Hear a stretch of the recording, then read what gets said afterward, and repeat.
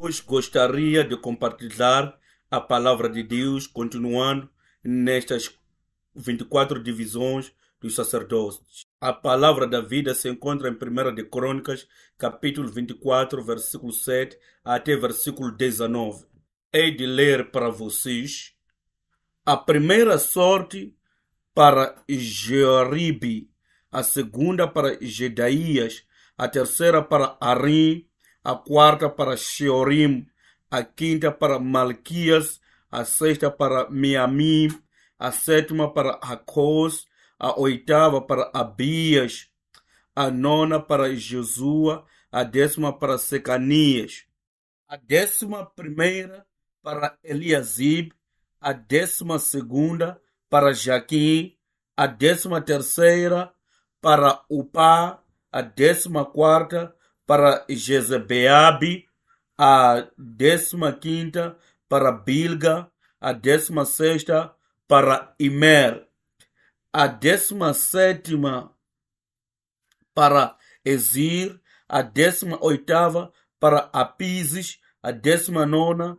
para Petaías, a 20ª para Jesquiel, a 21ª para Jaquim, a 22ª para Gamul, a 23ª para Delaías, a 24ª para Maazias. O ofício destes no seu ministério era entrar na casa do Senhor segundo a maneira estabelecida por Arão, seu pai, como o Senhor Deus de Israel lhes havia ordenado. No estudo passado, aprendemos que Deus selecionou aos filhos de Arão, quer dizer, os descendentes de Arão, dentre os levitas, para que fossem os seus sacerdotes. Entre os 4 filhos, os 2, Nadab e Abiú, morreram por causa de sua maldade. As 24 divisões consistem da linhagem de Eleazar e a linhagem de Itamar. As atividades sacerdotais pertenceram a estas 2 famílias. E essas palavras estranhas que lemos, palavra de vida hoje, são esses da família de Eleazar e Itamar. Os nomes das 24 divisões. Creio que tenham lido o livro e estejam familiarizados com estes nomes. Se por acaso não se forem familiarizados com elas, hei de mostrar aqui. Aqui os nomes estão das 24 divisões, os nomes dos filhos de Eleazar e de Itamar. Como sabe que Eleazar tinha muitos filhos do que Itamar, dele levaram 16 divisões. E de Itamar encontraram 8 divisões. E todos juntos somos 24 divisões. Deus escolheu os levitas do povo de Israel e escolheu os sacerdotes dos levitas. Aqui o povo de Israel é o povo já escolhido. Deus escolheu Israel de todas as nações e de Israel escolheu os levitas. E dos levitas Deus escolhe os sacerdotes. Então os sacerdotes são os escolhidos dos escolhidos, ou seja, os melhores dos melhores. E o que Deus queria deles é a separação e a santidade. Quando Deus escolheu, selecionou e separou. O que Deus queria é a separação e santidade.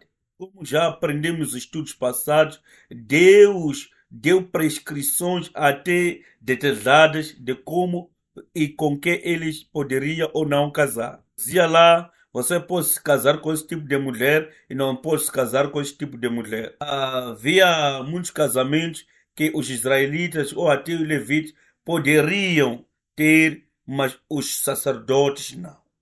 Como já mencionei na semana passada, isto era preservar a genealogia pura, porque as responsabilidades sacerdotais são entregues por causa desta genealogia ou linhagem. Deus queria que essa geração permanecesse limpa e pura. E Deus usa essas leis de casamento para separá-los e santificá-los de outros povos. Mas até os sacerdotes que eram distinguidos desta forma poderiam ainda cometer falhas, ser exposto e afetado pelo pecado. E daí Deus criou várias leis para lhes purificar, para que fossem limpos enquanto servem diante de Deus, para que eles pudessem ter a permissão de comer daquilo que é santíssimo. Comer coisa santíssima significa que eles poderiam comer daquilo que era santificado para Deus. O que era de proclamar que os sacerdotes eram santíssimos. Apenas os santíssimos podem tocar os santíssimos. Se os sacerdotes são permitidos por Deus para se alimentar do santíssimo, esta é uma proclamação clara de Deus de que os sacerdotes são os mais santos. Eles são os santos dos santos. Como já mencionei aqui, eles foram escolhidos do povo, foram escolhidos dos judeus, foram escolhidos dos levitas, são os separados e santificados, os santos dos santos, os escolhidos dos escolhidos. Assim Deus está proclamando que os meus sacerdotes são santíssimos. A minha questão é, será que estes sacerdotes mantiveram a sua santificação, a sua santidade, a sua pureza por eternidade? Quer dizer, Deus lhes escolheu, Deus lhes separou. Deus selecionou essas pessoas cuidadosamente. Será que essas pessoas, estes sacerdotes, mantiveram a sua pureza, a sua santidade perpetuamente? Quando os judeus foram levados em cativeiros para a Babilônia, aquilo que é o templo foi queimado a fogo junto com a cidade. A estrutura das 24 divisões também colapsou. A primeira coisa, talvez, porque já não havia o templo estava destruído. E assim já parece que não havia necessidade destas 24 divisões. Por causa da falta do templo, os sacerdotes começaram a perder as suas atividades. Como o sacerdote deveria vir de uma certa família ou linhagem, eles deveriam manter a sua genealogia para provar que eles pertencem a esta família. Se qualquer judeu fosse sacerdote, deveria manter a sua genealogia em casa. Deveriam provar que eu sou da descendência de Eleazar ou sou da descendência de Itamar. Ou sou a 14ª geração de Itamar, sou a 24ª geração de Eleazar. Deveria provar que o meu pai é este, o meu bisavô é este, o meu trisavô é este, o meu quadravô é este, os meus antepassados são esses, até se ligar a Eleazar ou Itamar. Eles deveriam provar que estão ligados a Arão. Tinham a genealogia que lhes ligava ao sacerdote Arão. Mesmo assim, durante um tempo na Babilônia, alguns sacerdotes não mantiveram esta genealogia. Talvez não puderam conservar porque estavam neste exílio. Portanto, no primeiro retorno de Babilônia, houve este movimento de restaurar este sacerdócio, de restaurar os sacerdotes e provar as suas genealogias. Alguns deles reivindicaram que eram sacerdotes, mas porque não tinham evidências para que provasse a genealogia deles, foram negados e excluídos das atividades sacerdotais. Deus diz que não é acerca do que você pode fazer, mas é acerca da genealogia, ou seja, da família escolhida para fazer. Tem esta genealogia que prova que esta família foi escolhida e santificada. Os líderes não poderiam aceitar aquelas pessoas sem genealogia. Como já havia mencionado, alguns sacerdotes retornaram de Babilônia no primeiro retorno da Babilônia. A Bíblia diz que foram 4.289 sacerdotes. Eram muitos, não é? 4.289 sacerdotes voltaram da Babilônia Mas se lermos em Neemias capítulo 7, versículo 39 a 42, em Neemias capítulo 7, versículo 39 a 42 diz: os sacerdotes, os filhos de Gedaías, da casa de Jesua, 973. Os filhos de Imer, 1052. Os filhos de Passur, 1247. Os filhos de Ari, 1017. Em suma, 4.289 sacerdotes eram apenas de 4 divisões. Viram estes nomes, não é? Gedaía, Imer, Passur, Ari. São as 4 divisões que voltaram de Jerusalém através do primeiro retorno do cativeiro babilônico. Haviam 24 divisões, mas apenas 4 divisões voltaram de Babilônia. Como já mencionei que alguns perderam a sua genealogia e perderam como provar que eles pertenciam a estas famílias. E a segunda coisa, de 24 divisões, apenas 4 famílias voltaram para Jerusalém. O que isto mostra? Mostra que até os sacerdotes começaram a perder esta fé. Eles começaram a perder a importância de suas atividades sacerdotais. Aqui estão as 24 divisões. Qual foi a primeira família? É a família número 2, família de Gedaías. Segundo é a família do Imer. O Imer é número 16. Terceiro foram os filhos de Passur. Dentro das 24 divisões, apenas 4 divisões voltam no primeiro retorno. Neste primeiro retorno, os líderes de Israel tentaram restaurar as 24 divisões. Como se dispersaram, eles tentaram recriar as 24 divisões dos 4.000, aliás, 289 famílias que voltaram. A razão pela qual estou mostrando este quadro é porque depois do retorno da Babilônia, este quadro foi mudado, porque dentro dessas 24 divisões, apenas 4 delas voltaram e as 20 desapareceram. Assim, ao voltar, eles não mudaram esses nomes de divisões, mas as pessoas já não estavam lá. Quer dizer que enquadraram novas pessoas. E essas divisões tornaram-se títulos de divisões. Olhar para Lucas capítulo 1, versículo 5. Aqui diz: nos dias de Herodes, rei de Judá, havia um certo sacerdote chamado Zacarias, da divisão de Abias.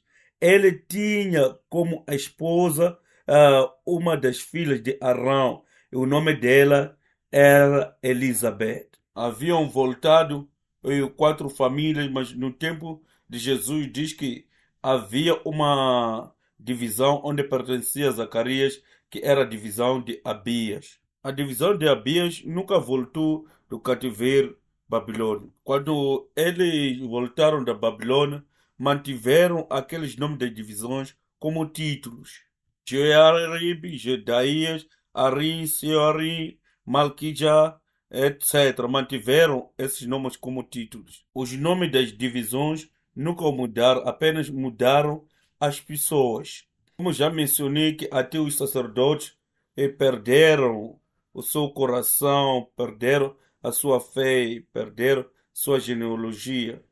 E alguns não voltaram para Jerusalém mesmo quando tiveram oportunidade. Deus mostra a visão das pessoas escolhidas através da visão do profeta Ezequiel. Vocês conhecem a visão do templo de Ezequiel, certo? Parte disso era acerca do sacerdócio que deveria ser mantido. Deus mostrou claramente que apenas os filhos de Zadok é que podem servir naquele templo, certo? Ezequiel capítulo 44, versículo 15. Ezequiel 44, versículo 15 diz: mas os sacerdotes levitas, os filhos de Zadok, que cumpriram as prescrições do meu santuário quando os filhos de Israel se desviaram de mim. Eles se aproximarão de mim para me servir e estarão diante de mim para me oferecer a gordura e o sangue, diz o Senhor Deus. Deus está a dizer que no novo templo, quando o templo de Ezequiel for estabelecido, quando o templo de Ezequiel for restaurado, a única regra que trago é que entre os sacerdotes, apenas os filhos de Zadok é que deverão me servir. E Deus dá 3 razões por que é que ele permite apenas os filhos de Zadok para o servir no templo. É claro que o templo de Ezequiel nunca foi construído, mesmo que Deus tenha dito que os filhos de Zadok é que deverão me servir neste novo templo. Isto ainda não se cumpriu.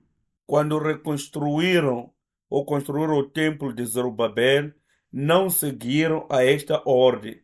Não deixaram apenas os filhos de Zadok para servir. Eles deixaram que todos que retornaram de Jerusalém, os sacerdotes, servissem no templo. Então, isso significa que o templo de Ezequiel nunca existiu. E isto pode apenas falar dos eventos futuros na Nova Jerusalém. Quando isso acontecer, quando o reino de Deus for estabelecido, serão permitidos apenas os filhos de Zadok para ministrar no templo do Senhor. Amados irmãos e irmãs, somos chamados como o sacerdócio real. Todos somos chamados a ser sacerdotes. E no meio de todos esses sacerdotes, Deus diz que apenas os filhos de Zadok são permitidos. São permitidos a ministrar na Nova Jerusalém, naquilo que é o templo de Ezequiel. É verdade que somos os sacerdotes, mas temos de dar mais um passo e nos distinguir como os filhos de Zadok, para poder ministrar na Nova Jerusalém, no templo de Ezequiel. E Deus coloca as razões porque ele está a permitir apenas os filhos de Zadok.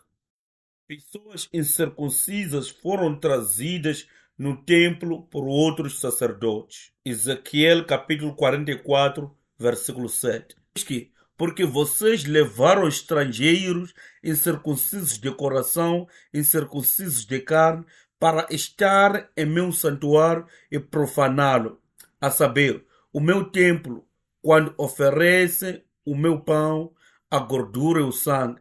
Vocês quebraram a minha aliança fazendo todas essas abominações. Isto foi o que foi feito por outros sacerdotes. Mas os filhos de Zadok negaram isto. É por isso que Deus diz: eu escolho os filhos de Zadok. Segunda razão é porque os levitas não guardaram aquilo que são as coisas santas. Tiveram outras pessoas que lhes substituíram nas suas atividades.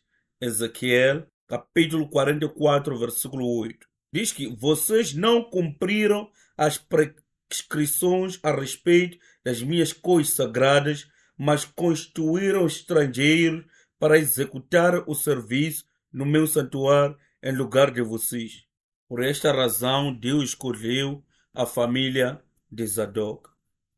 Terceiro, não apenas as pessoas adoravam os ídolos, mas eles também caíram na idolatria. Ezequiel, capítulo 44, versículo 10 e 12. É de ler apenas o versículo 10. Diz: os levitas, porém, que se afastaram de mim quando Israel se desviou, que se desviaram de mim para ir atrás dos seus ídolos, levarão sobre si a sua iniquidade.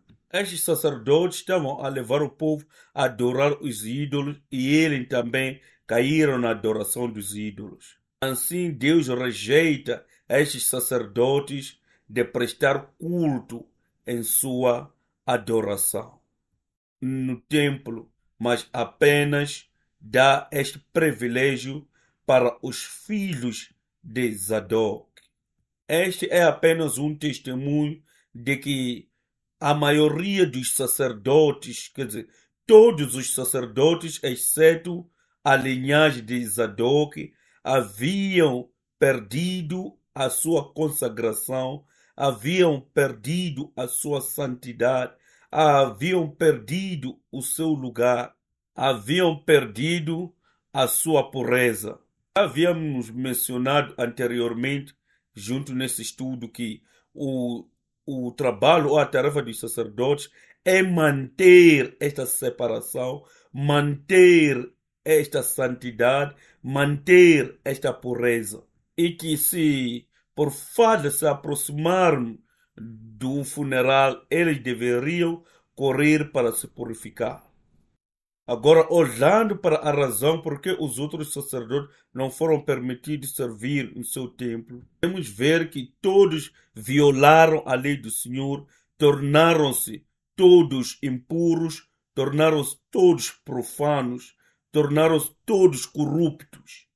Caíram do estado da santidade e da pureza, exceto os filhos de Zadok. Assim você pode se perguntar como é que foi que os sacerdotes que foram separados, escolhidos, consagrados, purificados, corromperam-se e caíram. Estes sacerdotes, pessoas escolhidas de todas as nações, escolhidas de todos os judeus, escolhidas de toda a tribo de Levi, os melhores dos melhores dos melhores, é que chegaram a cair e a se corromper. A razão é porque os títulos e rituais não santificam pessoas. Esse título de sacerdote, o título de pastor, bispo, presbítero, ancião, diácono, não são esses títulos que santificam pessoas. O que santifica a pessoa é o esforço de viver de acordo com a palavra de Deus. É por isso que é claro que existem os pastores corruptos, existem bispos corruptos, diáconos corruptos. Não podemos confiar nas pessoas por causa dos títulos, mas olhando para seu estilo de vida. Jesus dizia: olhai para os frutos. A ordenação ou consagração ao título pastoral ou ao ofício pastoral é muito importante, mas não é esta ordenação que vai fazer de você santo. É a sua entrega e decisão de conduzir uma vida de santidade. Cabe a nós seguir os padrões de vida de Jesus, escolher a não envergonhar aqueles que colocaram as suas mãos sobre as nossas vidas, não envergonhar o nome do Senhor, decidirmos seguir ao pé da letra aquilo que é a palavra de Deus, conhecer e andar de acordo com essa nova identidade de que o é diácono ou pastor. Não é o título que santifica as pessoas. E são as pessoas santificadas que deveriam ser colocadas nestas posições. Quando ainda estava na escola bíblica, havia aquela coisa de que se for ordenado pastor, serei capaz de pregar bem. Mas este é um conceito muito errado. A ordenação não te dá a capacidade de pregar bem. Não faz com que você seja santo. Se ordenar alguém dizer que porque estamos a ordenar pastor, agora vai se comportar, estás enganado. Se pegar qualquer pessoa, lhe ordenar como diácono, dizer, agora que lhe ordenamos como diácono, vai servir bem, estás grandemente enganado. Não é a imposição das mãos que é tão importante, mas é ter um coração de reverência a Deus, um coração de santidade. E o esforço de conduzir uma vida de dignidade de acordo com o chamado ao ofício em que se encontra. É esta vida, esta decisão que vai te ajudar a manter a consagração, santidade e pureza e trazer glória a Deus por causa do ofício em que você se encontra. Hoje temos estas categorias: pastores, pastores não consagrados, diáconos consagrados, diáconos não consagrados e membros, mas de acordo com 1 de Pedro, capítulo 2, versículo 9, diz que todos somos o sacerdócio real. Nós somos o sacerdócio real. Devemos crer este versículo e aplicar esse versículo nas nossas vidas e nos esforçarmos a viver como Deus quer que os sacerdócios possam viver.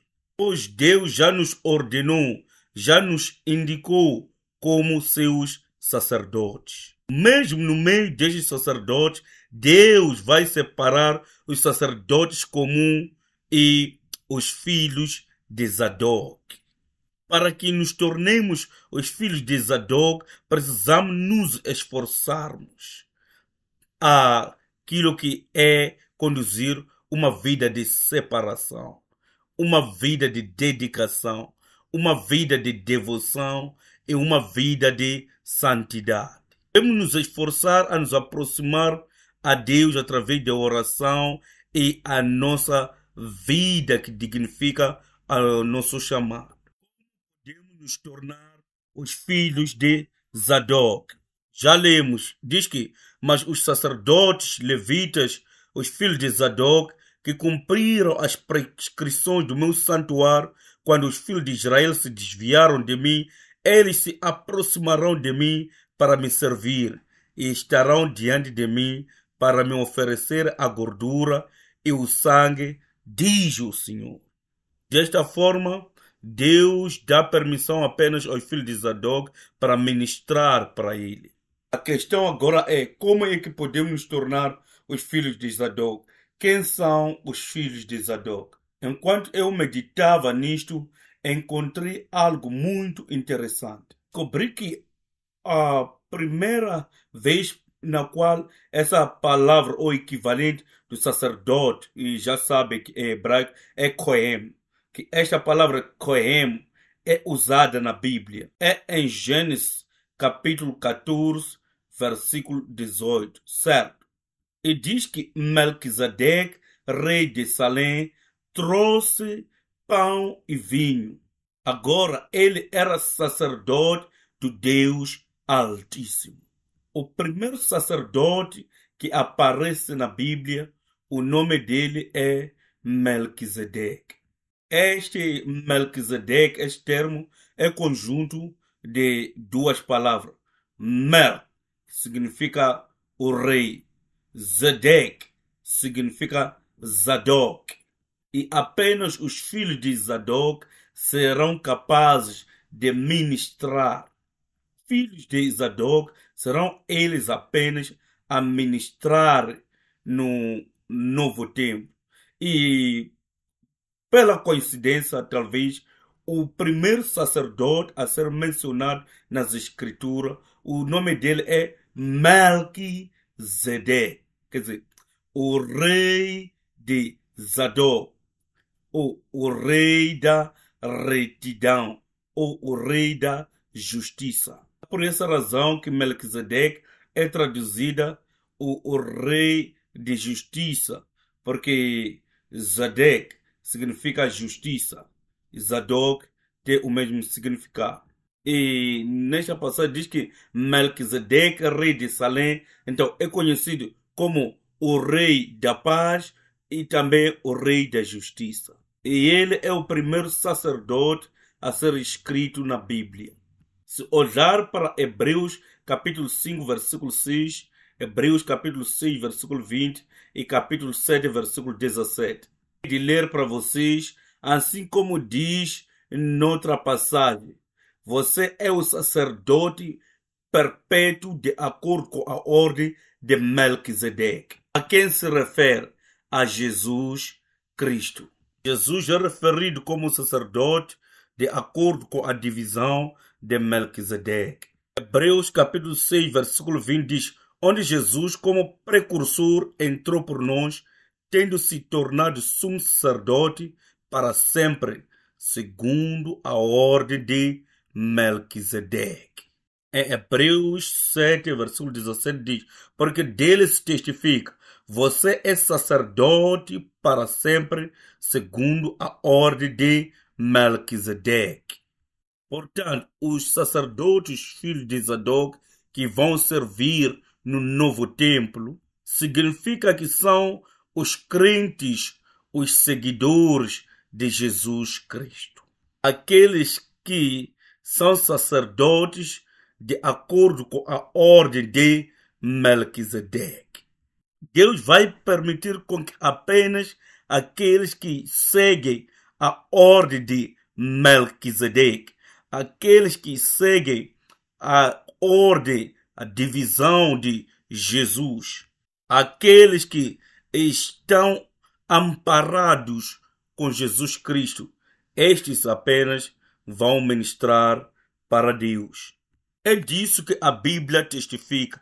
Apenas através de Jesus Cristo podemos nos achegar ao Pai.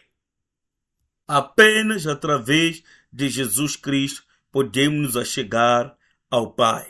Apenas através do sangue de Jesus Cristo os nossos pecados são removidos de nós. Apenas através de Jesus Cristo podemos nos tornar as pessoas da verdadeira adoração, os filhos de Zadok, pessoas de retidão, de pureza e santidade que Deus exige para ministrarmos diante dele. Amados irmãos e irmãs, ainda que somos sacerdotes, ainda temos esta parte humana, este lado humano, que ainda comete falhas e erros. Tomamos decisões erradas, às vezes pecamos contra Deus. Nós pertencermos a Jesus, estivermos ancorados a Jesus Cristo. Se nós seguirmos a divisão e a ordem de Melquisedeque, pelo sangue de Jesus Cristo, pela graça de Jesus Cristo, por amor de Jesus Cristo, estou certo que Deus vai nos habilitar como filhos de Zadok. Seremos o povo da justiça.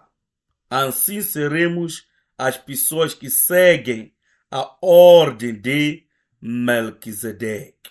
Eu oro para que esta bênção seja dada a todos que estão presentes aqui e a todos quantos estão conosco via online.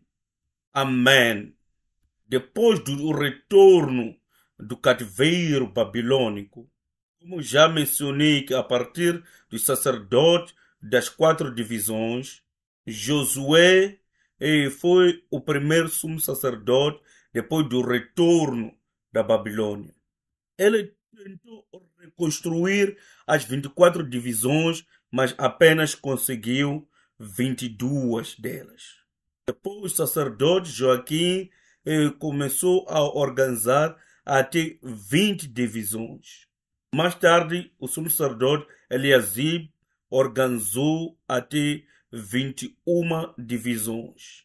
O que estou a tentar dizer é que, depois do retorno do cativeiro babilônico, houve esse esforço árduo de tentar restaurar as 24 divisões. Porque as situações não permitiam, às vezes eles tinham 20, 22, 21 divisões. Eles nunca se satisfizeram com as divisões incompletas. Sempre fizeram esforço de reestruturar e refazer essas divisões, até que conseguiram alcançar a restauração plena das 24 divisões. Olhar para Neemias, capítulo 9, versículo 38, diz: Em Neemias capítulo 9, versículo 38 diz: por causa de tudo isso, nós fizemos uma aliança fiel por escrito. E os nossos príncipes, os nossos levitas e os nossos sacerdotes puseram o seu selo sobre ela. Neemias capítulo 8, versículo 38 fala da época do sumo sacerdote Eliasib. Os 21 sacerdotes escreveram um testamento ou uma aliança e selaram o documento. Mas quando a reconstrução do templo e a reconstrução dos muros foi completado, as ameaças das nações gentias continuavam. Mesmo depois da construção do templo, a construção de todos os muros, a Bíblia mostra que as ameaças gentias permaneciam. Neste tempo, o povo, junto com os sacerdotes, se arrependeram e selaram a aliança. Selar a aliança, o que significa? É que eu tomo o juramento sobre esta aliança. Quando assina um documento e coloca a sua assinatura do mesmo jeito, eles estavam a selar este documento. Que eu, o sacerdote Davi, acordo ou entro em acordo nisto ou naquilo. Eu prometo guardar essa aliança como meus estatutos e regulamentos. Esses 21 sacerdotes selam este documento, entram em juramento para guardar esta aliança. Eles se arrependeram e alcançaram um grande reavivamento da fé. O que é importante é que os líderes se arrependeram. Os sacerdotes são líderes. Eles se arrependeram e voltaram à palavra de Deus. Eles voltaram-se à aliança. Será que o país se encontra em turbulências? A igreja está enfrentando certas dificuldades ou problemas? Será que a tua família está em problemas? Os líderes sacerdotes devem se arrepender e apegar-se à aliança. Devem selar a aliança. Existe um meio em que podemos ser libertos das dificuldades e nossos problemas. É quando os líderes ajoelham e se arrependem e voltam à renovação de votos na aliança com Deus. É isto que vemos através do retorno do cativeiro babilônico. Quando falamos de líderes sacerdotes, você rápido aponta para os pastores. Isto refere-se a si. Tu és o sacerdote. Afinal, 1 de Pedro, capítulo 2, versículo 9, o que diz? Todos nós que cremos no Senhor Jesus Cristo somos sacerdócio real. Dissemos os sacerdotes devem se arrepender, isso é aplicável a cada um de nós. Se você crê que é sacerdote chamado por Deus, precisamos nos arrepender dos nossos maus caminhos e voltar a realçar o nosso voto de juramento na aliança, declarando e confessando que queremos guardar a palavra de Deus, queremos obedecer a palavra de Deus, viver pela palavra de Deus e levar a palavra de Deus para as nações. Devemos orar pelo reavivamento da fé. Creio que nós, como sacerdotes de Deus, fazermos essas coisas. Esta onda de reavivamento vai se expandir e vai alcançar muitas igrejas pelo mundo e nações. O que vai acontecer é que a glória de Deus, a graça de Deus será sobre nós. Eu creio que ao nos agarrarmos na aliança, a fidelidade de Deus, a restauração de Deus, a restauração da igreja, o avivamento na igreja e a restauração das nações será-nos concedidas. vamos ter a esperança, vamos nos levantar e agir como sacerdotes do Altíssimo e retivermos nesta aliança e deixar que Deus nos use para os seus grandes propósitos e possa nos entregar nas suas mãos como a igreja pronta para ser usada para trazer este grande reavivamento. Um grande reavivamento que está acima das nossas imaginações. Amém.